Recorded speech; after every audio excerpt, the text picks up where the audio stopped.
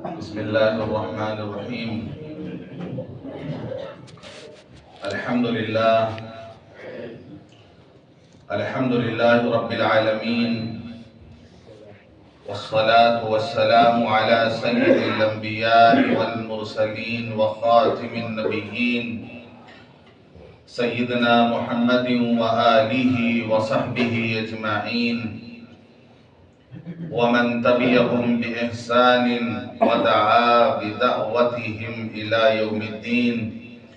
أما بعد، عن عائشة رضي الله عنها قالت: قال رسول الله صلى الله عليه وسلم: يكون في آخر هذه الأمة خسف ومسخ وقشف. قالت: فقلت يا رسول الله أنهلك ومنا الصالحون؟ قال: نعم، إذا زهر الخبث، أو كما قال عليه الصلاة والسلام. رواه الترمذي. اللهم صل على محمد وعلى آل محمد وبارك وسلم. محترم بزرگوں، دوستوں اور دینی بھائیوں، ایک مرتبہ صحابہ کرام مسجد نبوی میں بیٹھ کر گفتگو فرما رہے تھے. اللہ کے رسول صلی اللہ علیہ وسلم نے اوپر بالا خانے سے ان کی طرف جھانکا. یہ بالا خانہ حضرت عائشہ صدیقہ رضی اللہ عنہا کے حجرے کے اوپر بنا ہوا تھا، اور اس کی کھڑکی مسجد نبوی کی طرف کھلتی تھی. اللہ نصیب کرے آپ اگر وہاں جائیں اور اللہ سب کو بلائے وہاں پر، تو ریاض الجنہ کا جو حصہ ہے اس کے بارے میں حضور پاک صلی اللہ علیہ وسلم نے فرمایا: ما بین بیتی و منبری روضۃ من ریاض الجنہ، کہ میرے گھر اور میری منبر کے درمیان کا جو حصہ ہے وہ ریاض الجنہ ہے، یعنی جنت کی کیاری ہے. تو ایک طرف سمجھ لیجئے کہ منبر رسول ہے، اور ادھر کی طرف حضور پاک صلی اللہ علیہ وسلم کی قبر مبارک ہے، اور حضور پاک صلی اللہ علیہ وسلم کو حجرہ عائشہ میں مدفون کیا گیا تھا. جو حضرت عائشہ رضی اللہ عنہ کا حجرہ تھا، اسی حجرے میں آپ کو مدفون کیا گیا. اسی حجرے کے اوپر بالا خانہ تھا، تو اس کی کھڑکی اس طرف تھا، تو اس کی کھڑکی مسجد نبوی طرف کھلتی تھی. تو حضور پاک صلی اللہ علیہ وسلم کے زمانے میں جو پرانی مسجد تھی، مسجد نبوی، وہی حصہ ہے جو ریاض الجنہ کہلاتا ہے. بعد میں پھر اور توسیع بھی اس کی حضور پاک صلی اللہ علیہ وسلم کے زمانے میں بھی توسیع ہوئی. اس کی الگ نشانیاں وہاں پر موجود ہیں. یعنی ابھی بھی وہ جگہ معلوم ہے جہاں پر حضور پاک صلی اللہ علیہ وسلم کی سب سے پہلی مسجد تھی، اس کا الگ نشان ہے.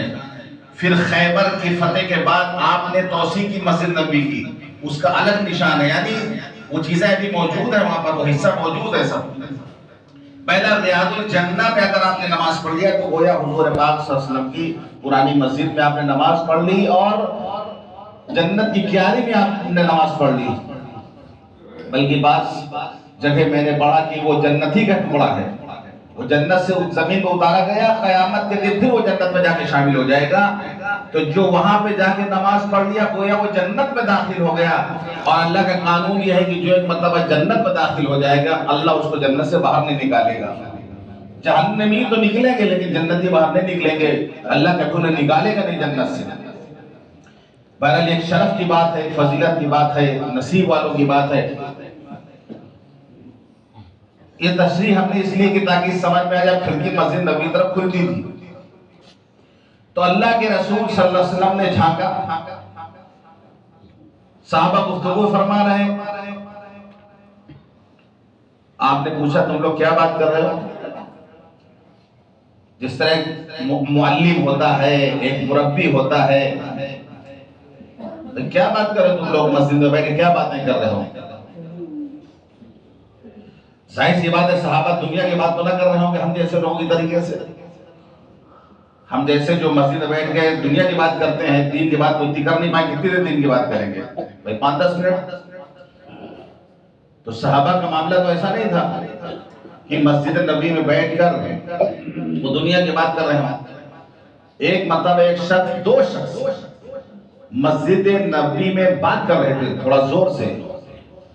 حضرت عمر نے بلوایا دونوں کو، پہلے پوچھا کہاں کے رہنے والے ہو؟ پہلے کہ طائف سے ہیں ہم لوگ۔ فرمایا اگر مدینے کے ہوتے رضی مار مارتے تم لوگوں کو، بہت مار مارتے تم لوگوں کو کہ حضور کی مسجد میں زور زور بات کر رہا، لیکن چونکہ پردیسی باہر سے آئے ہو سکتا ہے یہ تعلیم نہ پائی ان لوگوں نے، یہ بات ان کو نہ معلوم، تو آپ نے سزا نہیں دی ان کو، ورنہ ان کو سزا دیتے اگر وہ مدینے کے لوگ ہوتے۔ تو مسجد کا ادب احترام ہونا چاہیے۔ مسجد میں اللہ، رسول، حدیث، قرآن، یہی سب باتیں ہونی چاہیے، اللہ کا ذکر ہو، دنیا کی بات نہیں ہونی چاہیے مسجد میں۔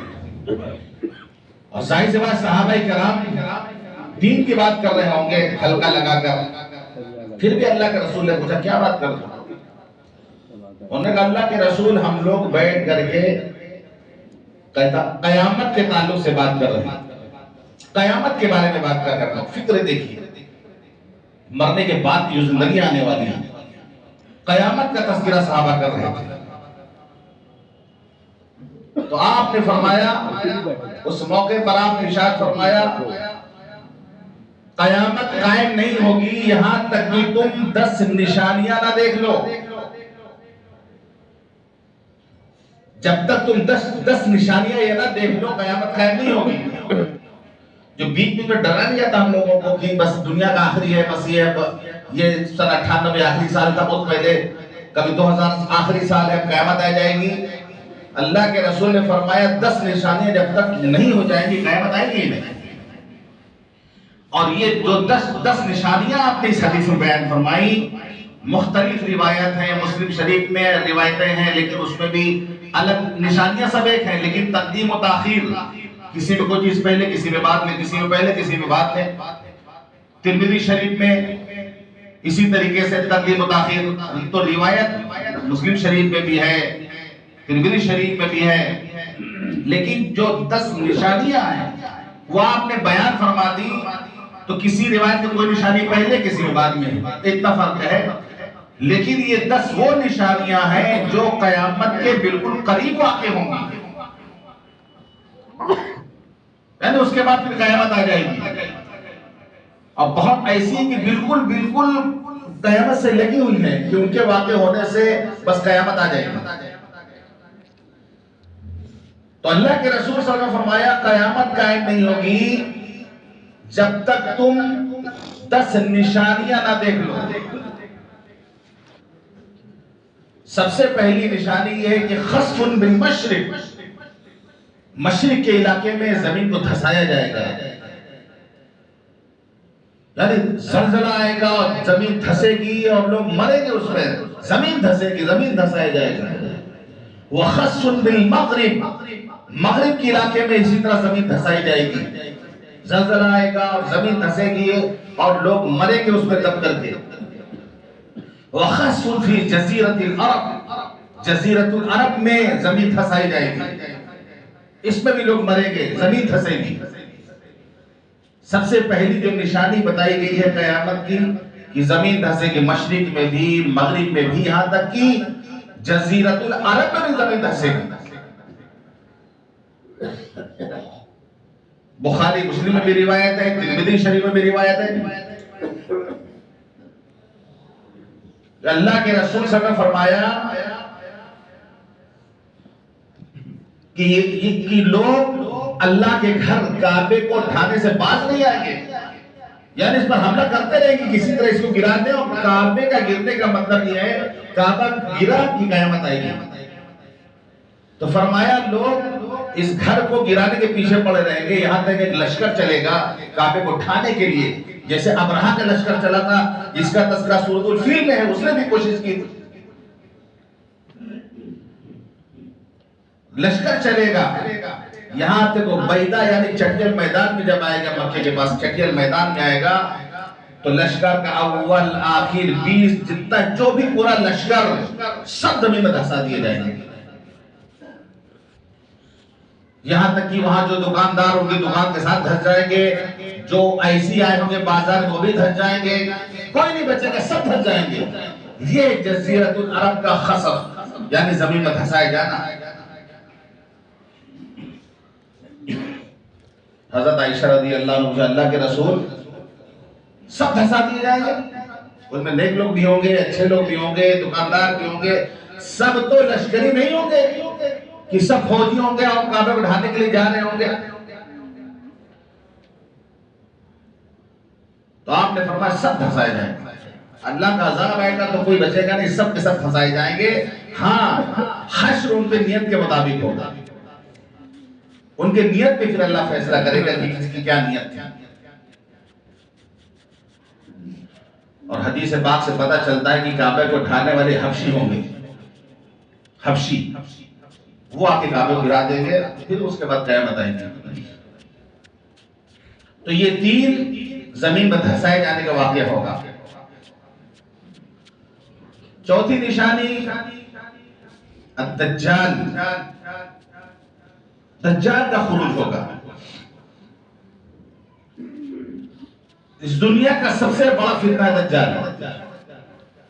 بعض لوگوں نے تو ابھی یہ میڈیا ہی کو یہ جو اسی کو دجال کہنے لگے، سوشل میڈیا یہ سب جو ہے نا، بولتے سب کچھ بھی بتا دے رہا ہے، ساری چیز تو آ جا رہی سامنے، اسی کو دجال بہت سن رہا ہے۔ ایسا نہیں ہے، دجال آئے گا باقاعدہ، اس کی نشانیاں بھی اللہ کے رسول فرمائی، صحابہ سے اللہ کے رسول فرمایا، حضرت نوح علیہ السلام کے بعد سے ایسا کوئی نبی نہیں گزرا جس نے اپنی قوم کو دجال سے نہ ڈرایا ہو۔ میں بھی تمہیں دجال سے ڈراتا ہوں، یاد رکھو کانا ہوگا، وہ ایک آنکھ نہیں ہوگی، کانا ہوگا وہ۔ تمہارا رب کانا نہیں ہے، تمہارا رب تو بے عیب ہے، اور رب کیسے ہو سکتا ہے کہ اس کی لوگ، اس کے ہاتھ پہ لوگ جو اس کو رب مان لے اس کی پرستش کرنے لگے۔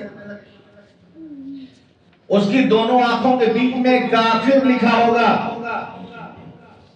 اور الگ الگ ورڈ میں لکھا ہوگا، الگ حرفوں، کاف الگ لکھا ہوگا، فا الگ لکھا ہوگا، را الگ لکھا ہوگا، تاکہ مطلب بالکل جو ہلکا پھلکا بھی پڑھا لکھا ہوئی پڑھنے کی کافی نہیں۔ ہو سکتا ہے ملا ہوا ہو تو پڑھنے میں نہ آئے، لیکن الگ الگ کاف اور را لکھا رہے گا تاکہ پڑھنے کا کافی نہیں ہے۔ بہت بڑا فتنہ دجال کا فتنہ، سب سے بڑا فتنہ اللہ کا فتنہ۔ اس فتنے سے بچنے کے لیے حضور پاک صلی اللہ علیہ وسلم نے تعلیم دی ہے امت کو کہ جمعے کے دن سورہ کہف کی تلاوت کریں۔ بہت سے لوگ ہوں گے جنہوں نے سورہ کہف پڑھ لی ہوگی، جمعرات کے دن مغرب بعد سے پڑھ سکتے ہیں، آپ وہ جمعہ کا دن سٹارٹ ہو جاتا ہے، جمعہ کی رات ہے، جمعرات کے دن سورج ڈوبنے کے بعد سے آپ سورہ کہف پڑھ سکتے ہیں اور مغرب تک۔ تو امید ہے کہ بہت سے لوگ تو پڑھ چکے ہوں گے، اور جو نہیں پڑھے ہوں گے وہ مغرب تک پڑھ لیں گے انشاءاللہ۔ آپ لوگ اہتمام تو کرتے ہوں گے اس کا، سورہ کہف پڑھنے کا، نہیں کرتے ہیں؟ کرتے ہیں اگر تو دجال کی جو آدمی سورہ کہف جمعہ کے دن پڑھے گا، نہیں پڑھتا تو آپ پڑھنا شروع کر دیں اس جمعہ سے انشاءاللہ۔ سورہ کہف 15ویں پارے میں ہے، وہاں سے شروع ہوتی، 16ویں پارے کے شروع میں ختم ہوتی ہے کرتی ہے۔ تو آپ بولیں گے اتنا دیر کون پڑھے گا بھائی؟ ایک لمبی سورہ ہے سورہ کہف۔ تو ہم جیسے کمزوروں کے آسانی کے حدیث میں کہ اگر شروع کی 10 آیتیں بھی پڑھ لیں، بعض علماء نے کہا آخر کی 10 آیت، شروع کی 10 آیت، یعنی پہلا رکوع آخری رکوع پڑھ لے وہ بھی دجال کی فتنے سے محفوظ رہے گا۔ بعض روایتوں میں نے پڑھا کہ ابتدائی 3 آیتیں خالی پڑھ لیں، 3 آیتیں خالی پڑھ لیں، وہ بھی دجال کی فتنے سے محفوظ رہے گا۔ کتنا آسان کر دے گا معاملہ۔ چلیے پورے سورہ آپ نہیں پڑھے تو کم سے کم دوسرے نمبر پہ آئے کہ آپ 10 ابتدائی اور 10 آخر کی آیتیں پڑھ لیں، اور اقل یہ ہے کہ کم سے کم شروع کی 3 آیتیں تو پڑھ لیں۔ الحمدللہ الذی انزل علی عبدہ الکتاب ولم یجعل لہ عوجا، یہ شروعات ہے اس کی سورہ کہف کی۔ اتنا بڑا فتنہ ہے، اس فتنے سے بچنے کے لیے ہمیں نسخہ بتایا گیا کہ ہم سورہ کہف پڑھنے کا اہتمام کریں، تلاوت کا اہتمام کریں، دجال کی فتنے سے بچنا ہے، کیونکہ اس کا فتنہ بہت بڑا فتنہ ہوگا۔ الدخان، دھواں، ایک نشانی آپ نے دھواں، یعنی مشرق سے مغرب تک 40 دن تک بالکل دھواں دھواں رہے گا۔ جسے دھواں ہو تو سانس لینے انسان کو پریشانی ہوتی ہے، دھواں ہو، دھواں نظر آئے گا لوگوں کو۔ کافر تو اس دھواں کے اثر سے مدہوش رہیں گے، بالکل ہوش میں نہیں رہیں گے۔ ایمان والوں کو تھوڑا سا نزلہ زکام ہوگا، جیسے آج کل چل رہا نزلہ زکام، چھینک رہے لوگ، کھانس رہے چھینک رہے، تھوڑا نزلہ زکام، ایسے میں نزلہ زکام ہو جائے گا دھواں سے۔ ہو سکتا ہے اس وقت کوئی وائرس بتایا جائے کہ بھائی جیسے ابھی کورونا وائرس آیا تھا اس زمانے میں کوئی ویکسین نکلے بھائی یہ وائرس آیا ہے، ہو سکتا ہے کہ کوئی وائرس کا نام لے جائے اس کو دھواں کو۔ ایمان والوں کو تو نزلہ زکام خالی ہوگا، اور کافر جو ہے مرنے قریب پہنچ جانے، مدہوش رہنے کو ہوش ہی نہیں رہے گا۔ حضرت عبداللہ ابن مسعود رضی اللہ عنہ فرماتے کی نشانی پوری ہو چکی ہے، یہ والی نشانی پوری ہو چکی ہے۔ ہجرت کے بعد اللہ کے رسول صلی اللہ علیہ وسلم مکے سے ہجرت فرما کر تشریف لے گئے مدینہ منورہ، تو مکے میں قحط پڑا، کیونکہ نبی کی بات انہوں نے نہیں مانا تھا، نبی کو نکالا تھا، قحط پڑا، لوگ بھوک سے مکے کے جو لوگ تھے وہ مردار کھانے لگے تھے، اور ان کی آنکھوں کے سامنے صرف دھواں نظر آتا تھا۔ قرآن میں اللہ نے سورہ دخان نازل کی، سورہ دخان، سورہ دخان ہے، فَارْتَقِبْ يَوْمَ تَأْتِي السَّمَاءُ بِدُخَانٍ مُبِينٍ یخشی الناس ھذا عذاب علیم، انتظار کرو دھوئیں کا، آسمان سے دھواں آئے گا اس کا انتظار کرو۔ تو سورہ دخان باقاعدہ دھوئیں کے نام کی پورے سورہ قرآن میں ہے۔ تو بعض کہتے ہیں کہ دھواں سے مراد وہی ہے جو کہ قریش مکہ نے دیکھا تھا، ان کو دھندلا نظر آتا تھا۔ پھر ابو سفیان باقاعدہ گئے مدینہ منورہ حضور صلی اللہ علیہ وسلم کی خدمت میں، اور حضور صلی اللہ علیہ وسلم کے گھر میں گئے، کیونکہ ان کے بیٹی حضور پاک صلی اللہ علیہ وسلم گھر والے تھی، حضرت حبیبہ رضی اللہ عنہ چاہ کے بستر میں بیٹھنے لگے وہ، تو حضرت حبیبہ نے بستر لپیٹ کے رکھ دیا۔ بیٹی تم نے کیا کیا؟ مہمان آتا تو بستر بچھایا جاتا تو لپیٹ رہی ہو، یہ بستر میرے لائق نہیں ہے، میں بستر کے لائق نہیں۔ بیٹی نے جواب دیا ابا جان یہ بستر جناب محمد رسول اللہ صلی اللہ علیہ وسلم کا ہے، آپ مشرک ہیں، آپ پلیت ہیں، آپ ناپاک ہیں، آپ گندے ہیں، آپ اس بات بستر پر نہیں بیٹھ سکتے۔ بیٹی کی محبت دیکھیے، ایک باپ سے بھی بیٹی کی محبت دیکھیے، ایک شوہر سے بھی، ایک نبی سے محبت دیکھیے، ایک امت کی کیسی محبت تھی کہ بستر پہ باپ کو نہیں بیٹھنے دیا، یہ بستر حضور پاک صلی اللہ علیہ وسلم۔ پھر ابو سفیان نے بات رکھی کہ آپ ہی کے بھائی ہیں، آپ ہی کے قبیلے کے لوگ ہیں، سب بھوکے مر رہے ہیں، دعا کر دی بارش ہو جائے۔ پھر اللہ کے رسول نے دعا فرمائی، ترس آئے، آپ تو رحمت للعالمین تھے، ان لوگوں نے نکالا تھا آپ کو، لیکن آپ نے ان کے حق میں یہ دعا کی، پھر بارش ہوئی، پھر یہ وہ دھواں دور ہوا، ختم ہوا۔ حضرت علی مرتضی رضی اللہ عنہ فرماتے ہیں کہ نہیں، ابھی یہ نشانی مکمل نہیں ہوئی، قیامت کے قریب یہ دھواں پھر ہوگا، یہ دھواں قیامت کے قریب یہ نشانی پوری ہوگی۔ ایک نشانی بیان کی گئی دابۃ الارض، دابۃ الارض ایک جانور ہوگا جو زمین سے نکلے گا، کہیں پر ہے روایتوں میں کہ وہ صفا پہاڑی سے نکلے گا، جیسے کہ حضرت صالح علیہ السلام کی اونٹنی پہاڑی سے نکلی تھی، قوم نے مطالبہ کیا تھا کہ جو سامنے پہاڑ ہے اگر یہ پھٹے اس میں سے اونٹنی گابھین اونٹنی نکلو بچہ دے دے تو ہم ایمان لائیں گے، تو بطور معجزہ اونٹنی نکلی، باقاعدہ اونٹنی نکلی اور بچہ دیا باہر نکل کے، اس نے پھر بھی قوم کر دی، ایمان نہیں لائے۔ نشانی کو طلب کیا، نشانی اللہ نے پوری کی، خرق عادت کے طور پر اونٹنی نکلی، لیکن نہیں بلکہ ان لوگوں نے مار ڈالا اونٹنی، وہ اللہ کی اونٹنی تھی، ناقۃ اللہ، قرآن میں اس کو ناقۃ اللہ کی اونٹنی تھی، مار دیا تو پوری بستی کو عذاب سے برباد کر دیا۔ تو یہ ایک جانور ہوگا جو صفا پہاڑی سے نکلے گا، صفا مروہ جہاں صحیح کرتے ہیں، ان الصفا والمروہ من شعائر اللہ فمن حج البیت او اعتمر فلا جناح علیہ ان یطوف بہما، صفا و مروہ کے بیچ میں دوڑتے ہیں جو صحیح ہوتی ہے وہی صفا پہاڑی ہے، اسی پہاڑی سے ایک جانور نکلے گا عجیب و غریب، وہ لوگوں سے بات کرے گا، وہ لوگوں سے باتیں کرے گا۔ ابھی تو موبائل بات کرتا ہے، موبائل میں سے صاحب ہے، آپ بات کرتا ہے آپ سے باقاعدہ، چاہتی اس سے پوچھے آپ، حیرت ہو گئی کہ موبائل سے آپ بات کر سکتے ہیں، اپنے اس سے کچھ بھی پوچھ سکتے ہیں، آپ بتا رہا ہو سکتا۔ تو بہرحال جانور نکلے گا وہ لوگوں سے بات کرے گا، اس اس کے ایک ہاتھ میں حضرت موسیٰ علیہ السلام لاٹھی ہوگی اور ایک ہاتھ میں اس کو حضرت سلیمان انگوٹھی ہوگی. ایمان والوں کو دیکھے گا تو انگوٹھی سے باہر لگا دے گا کہ تو ایمان والے ہو, اور کافر کے پیشانی پر لاٹھی سے نشان مار دے گا تم کافر ہو. یہاں تک کی روایتوں میں آتا ہے کہ مجلس میں جب لوگ بیٹھیں گے تو ایک دوسرے کو پہچانیں گے کہ یہ مومن ہے, یہ کافر ہے, اس پر نشان لگا ہوا ہوگا. یہ نشانی ہوگی کیا مسئلہ ہے. یاجوج و ماجوج کا خروج ہوگا. وفتحت یاجوج و ماجوج وهم من كل حدب ينسلون, یعنی یاجوج و ماجوج قیامت سے پہلے آئیں گے. وہ اتنی زیادہ تعداد میں ہوں گے کہ جو قرآن میں آیا ہے کہ ہر بلندی سے پھسلتے بھی آئیں گے, یعنی پوری فل اسپیڈ میں.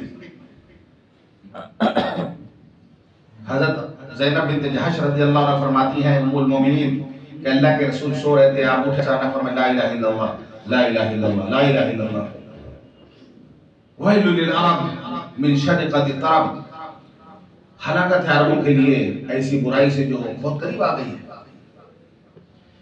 یاجوج ماجوج کے دیوار میں شغاف ہو گیا. آپ نے یہ اشارہ کیا یعنی انگوٹھے سے اور اس کے بعد والوں سے ملا کے کیا کہ اس طرح ہو جاتا ہے شغاف, اس طرح شغاف ہو گیا. اس یاجوج ماجوج کون ہے, وہ کہاں دیوار ہے, دیوار کے پیچھے ہے کہ کہاں ہے, اس میں شغاف ہونے سے کیا مراد ہے, اس کی تفصیل میں ہم نہ جائیں. یاجوج و ماجوج کے تعلق سے بہت ساری باتیں ہم بچپن میں سنتے تھے کہ ایسے ہوں گے یاجوج ماجوج, کان بڑے بڑے ہوں گے, ایک کان کو دکھائیں گے, ایک کان موڑ کے سو جائیں گے. وہ یعنی عجیب عجیب باتیں, یہاں تک کہ اسرائیلی روایتیں بھی مشہور ہیں ان کے تعلق سے, تفسیروں مل جائیں گے آپ کو. اصلی بات یہ ہے کہ یاجوج و ماجوج ہم جیسے انسان ہیں, کوئی الگ مخلوق نہیں ہے, پہلے سمجھ لیجیے. ہم جیسے انسان ہیں اور حضرت نوح علیہ السلام کی اولاد میں سے ہیں. حضرت نوح علیہ السلام کی اولاد میں سے کون سا ملک اس سے مراد لیا جائے کہ ہے تو وہ کہیں کس طرف ہے, کہاں ہے, کون سا ملک ہے, اور وہاں کی کتنی بڑی آبادی ہوگی پھر کہ وہ پوری دنیا میں آئیں گے بھاگتے بھاگتے, اور جو ہے جتنا میٹھا پانی دنیا کو سب پی جائیں گے, پورا پانی ختم ہو جائے گا, تباہی مچا دیں گے. تو کون سا ملک ہے, کدھر سے آئیں گے, وہ اس کی تفصیل نہیں معلوم, لیکن وہ الگ کوئی مخلوق نہیں, وہ ہے انسان. بعض کہتے ہیں ترکی کی طرف سے جو تاتاری, جو ترک تاتاری جو تھے ایک زمانے میں جو نکلے تھے, تاتاری قوم, ادھر سے آئیں گے. وہ کسی نے بتایا ادھر سے آئیں گے. بہرحال یہ الگ الگ چیزیں ہیں. ایک نشانی یہ ہے کہ یاجوج ماجوج پوری دنیا میں پھیل جائیں گے.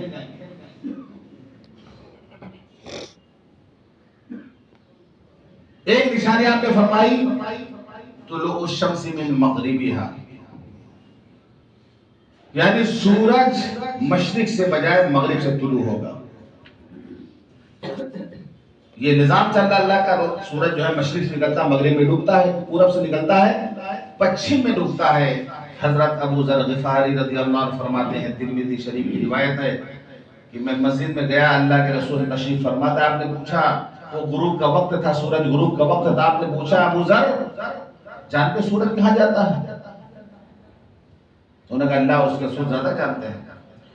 آپ نے فرمایا سورج جا کے اللہ کے دربار میں سجدہ کرتا ہے, اجازت لیتا ہے, اس کو اجازت ملتی پھر آگے بڑھتا ہے, پھر دوسرے دن نکلتا ہے. ایک وقت آئے گا اجازت مانگے گا, اس کی اجازت نہیں ملے گی. مشرق سے طلوع ہونے کی اجازت مانگے گا, اجازت نہیں ملے گی. مغرب سے طلوع ہوگا, پھر وہ جہاں ڈوبا وہیں سے نکلے گا. اس وقت توبہ کا دروازہ بند ہو چکا ہوگا. کسی کا ایمان لانا اس کو فائدہ نہیں پہنچائے گا, کسی کا توبہ کرنا اس کو فائدہ نہیں پہنچائے گا. جیسے کہ ایک آدمی شراب پیے پڑا ہوا, دھت پڑا ہوا, شراب پیے ہوئے, کوئی کسی نے آگے جگایا اس کو کہ بھائی اٹھو, ہوش میں آؤ. اس نے پوچھا بتاؤ سورج پورب سے نکلا کہ پچھم سے نکلا ہے؟ اس نے کہا کہ تو پورب سے نکلا ہے. کہنے لگا ابھی توبہ کا دروازہ کھلا ہے, مطلب ابھی ہے, توبہ کر سکتے ہیں. اس وقت توبہ کا دروازہ بند ہو چکا. بڑی نشانی ہے سورج کا مشرق کے بجائے مغرب سے طلوع ہونا. یہ ایک دن خالی ہوگا، اس کے بعد پھر اسی طرح ہونے لگے گا. جس طریقے سے معمول ہے مشرق سے مغرب، صرف ایک دن خالی ہوگا کہ مغرب سے طلوع ہو جائے گا سورج. ایک نشانی بتائے گی کہ حضرت عیسیٰ علیہ السلام کا نزول ہوگا. حضرت عیسیٰ علیہ السلام پھر واپس آئیں گے، کیونکہ ان کو زندہ آسمان پہ اٹھا لیا گیا. قیامت کے قریب وہ آئیں گے، دجال کا خاتمہ کریں گے. وہیں دجال کو ختم کریں گے. حضرت عیسیٰ علیہ السلام مقام لد پہ جا کے، جو اسرائیل کے ایئرپورٹ ہے لد، باب لد پہ جا کے حضرت عیسیٰ علیہ السلام اس کو قتل کریں گے. دجال اس کا خاتمہ کریں گے، پھر وہ ٹھہرے رہیں گے یہاں. تو حضرت عیسیٰ علیہ السلام کا نزول یہ بھی ایک نشانی ہے کہ حضرت عیسیٰ علیہ السلام آئیں گے. ابھی پھر ان کا انتقال ہوگا، ان کو دفن کیا جائے گا. بعض جگہ تو یہ لکھا ہے کہ حضور پاک صلی اللہ علیہ وسلم کا جو روضہ ہے اس میں ایک قبر کی جگہ خالی ہے. 3 قبر اس میں حضور صلی اللہ علیہ وسلم کی ہے، ایک حضرت ابو بکر صدیق رضی اللہ عنہ کی ہے، ایک حضرت عمر فاروق رضی اللہ عنہ کی ہے. ایک جگہ ابھی خالی ہے. بتایا جاتا ہے کہ حضرت عیسیٰ علیہ السلام کو جب انتقال ہو تو وہیں دفن ہو گیا. یہ بھی ملتا ہے، واللہ اعلم.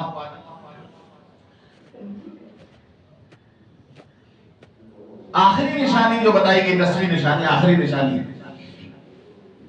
ایک آگ نکلے گی یمن کی طرف سے، لوگوں کو ہکا کر لے جائے گی. لوگوں کو ہکا کر کے ملک شام لے جائے گی. سب لوگوں کو 3 قسم کے لوگ ہوں گے. کچھ لوگ تو پہلے ہی سواری پر سوار ہوں گے، ہم بھاگ جائیں گے حالات اور نکل لیں گے ملک شام سواری پر سے.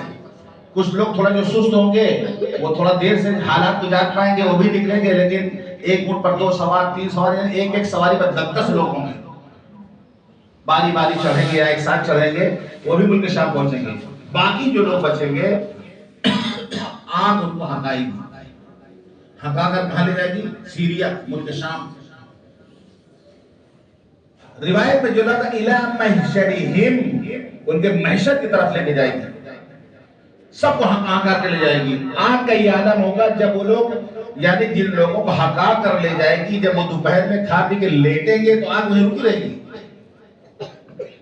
جب قیلولہ کہتے ہیں اس کو، جب قیلولہ کریں گے دوپہر میں آرام کرنے کو قیلولہ کہتے ہیں. تھوڑی دیر کھانے کے بعد لیٹنا سنت ہے. اس لیٹنے پر آپ کو ثواب ملے گا. تو دوپہر میں جب وہ لیٹیں گے تب آگ رکی رہے گی ان کے ساتھ. چلیں گے، پھر آگ چلے گا، ان کو پیچھے دوڑائیں گے، ان کو پیچھے دوڑاتی رہے گی، وہ آگ دھکیلتی رہے گی. رات میں جہاں قیام کریں گے آپ بھی وہی قیام کرتے ہیں، آپ بھی وہ رک جائے گی. اس کے بعد پھر صبح کے پھر چلو دوڑائے گی. وہ جہاں دوڑا بھگا کر کے سب کو لے آ کے ملک شام میں جمع کر دے گی. اِلَى مَحْشَرِهِمْ، گویا کہ تمہارا حشر وہیں میدان محشر بنے گا ملک شام. حدیث کی جو الفاظ ہے اِلَى مَحْشَرِهِمْ، بعض لوگ جب عرفات جاتے ہیں عرفات کے میدان میں کہتے ہیں دیکھو یہی میدان محشر ہے. لیکن ایسی روایت تو نہیں ملی کہ میدان عرفات محشر ہو. لیکن ملک شام کے بارے میں روایتوں میں جو آتا ہے کہ وہ آگ ہکا کر، آخری نشانی ہے کہ سب کو لے جا کے ہکا کر کے ملک شام پہنچا دے گی، پھر قیامت واقع ہو جائے گی. آخری نشانی. تو اس روایت میں 10 نشانیاں جو بتائی گئی ہیں، اور آگے پیچھے روایتوں میں ہے کون پہلے ہوگی کون بعد میں ہوگی. علماء نے تطبیق دینے کی کوشش کی. سب سے پہلے جو 3 دھسایا جائے گا زمین کو، سب سے پہلے یہ ہوگا، زمین کو دھسایا جائے گا. اس کے بعد چوتھے نمبر دجال، 5ویں نمبر پر دھواں، 6ٹھے نمبر پر جو ہے یاجوج ماجوج. حضرت عیسیٰ علیہ السلام کا نزول ہوگا، وہ دجال کو ختم کریں گے. پھر یاجوج ماجوج. اس کے بعد سورج نکلے گا مغرب سے. اس کے بعد اسی دن، جس دن یہ واقعہ ہوگا اسی دن وہ جانور نکلے گا جو بات کرے گا. اور آخری نشانی بتائی گئی کہ وہ آگ ہوگی جو لوگوں کو ہکا کر لے جائے گی ملک شام کی طرف. اللہ کے رسول صلی اللہ علیہ وسلم نے یہ 10 نشانیاں بتا کے فرمائے جب تک یہ 10 نشانیاں تم نہ دیکھ لو اپنی آنکھوں سے قیامت نہیں آئے گی. اس لیے زیادہ گھبرانے کی، اور میڈیا کچھ بتاتا رہتا ہے، کوئی افواہ ہوتی، گھبرانے کی ضرورت نہیں ہے. بتانے کا مقصد یہ ہے کہ قیامت ابھی نہیں آ رہی ہے، ہمارے پاس وقت ہے، ہم اچھا عمل کر سکتے ہیں، ہمارے پاس مہلت ہے، ہمارے پاس موقع ہے، ہم نیک عمل کر سکتے ہیں، جنت کی تیاری کر سکتے ہیں. ورنہ موت جس کی آ گئی اس کی تو قیامت ہو گئی. لیکن اللہ نے ہمیں موقع دیا ہے کہ ہم نیک عمل کریں، گناہوں سے بچیں، جنت کی تیاری کریں، جہنم سے بچنے کا اہتمام کریں۔ اللہ تعالی ہم سب کو کہنے اور سننے عمل کرنے کی توفیق عطا فرمائے۔ وآخر دعوانا الحمدللہ رب العالمین۔